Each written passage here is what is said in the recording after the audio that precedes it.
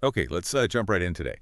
We're looking at a really, well, frankly, surprising chapter from the Bible, 1 Samuel 27. It really is.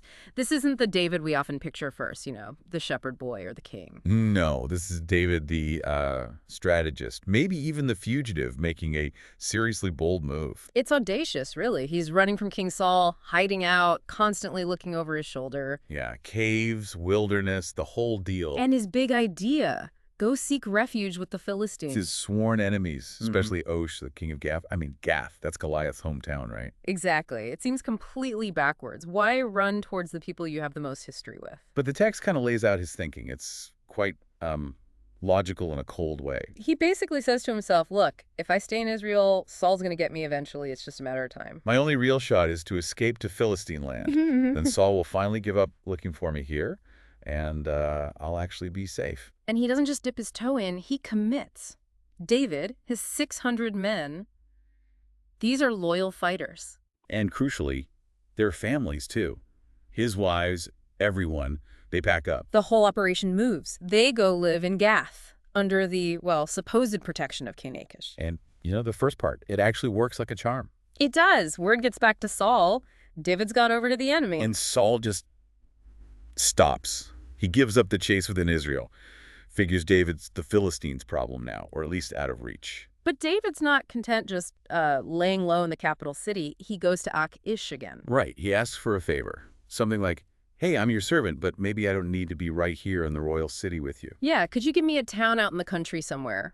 A place of his own, essentially. And Achish agrees, gives him this town called Ziklag. Which is a pretty big deal. Achish is basically giving this known warrior who came over from the enemy side his own base. David sets up shop there, and the text says he lives in Philistine territory operating out of Ziklag for a year and 4 months. 16 months. And he's not just sitting idle. This is where the real strategy, the deception kicks in. He starts conducting raids with his men regularly.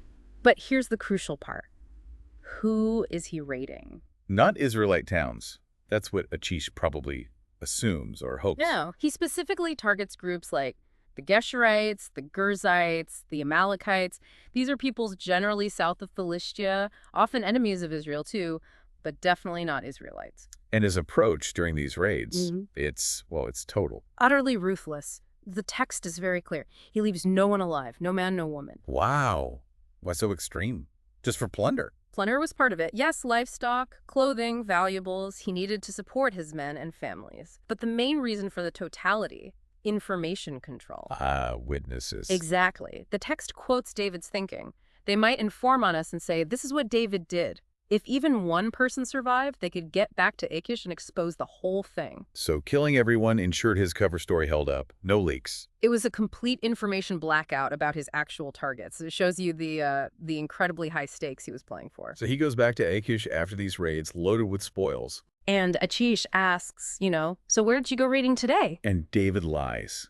Every single time. He claims he hit places in the Negev, areas associated with Judah or the Jerahmeelites or the Kenites groups linked to his own people. Making it sound like he's attacking Israelites or groups friendly to them. Precisely. He's building this narrative for Achish that he's become completely alienated from his own people, even actively hostile. And Achish buys it completely. Totally. The text says Achish thought, David has made himself utterly disgusting to his people Israel, therefore he shall be my servant always. He was convinced David had burned his bridges and was now loyal only to him. So looking back at this chapter, 1 Samuel 27, it's this fascinating picture of leadership under extreme pressure. It's about survival, yes, but also about calculated risk and deep strategy. He's using deception, misdirection, even calculated violence against third parties. All to stay safe, fund his forces, and maybe, just maybe, position himself better for whatever future opportunity might arise, while keeping his enemy completely fooled. It's a masterclass in infiltration and maintaining cover, really, keeping Achish completely in the dark. It really makes you think, doesn't it, about the complex, sometimes morally gray choices leaders might feel forced to make for survival or, for the greater good down the line. What does this kind of calculated deception tell you about leadership when your back's against the wall? Something to ponder.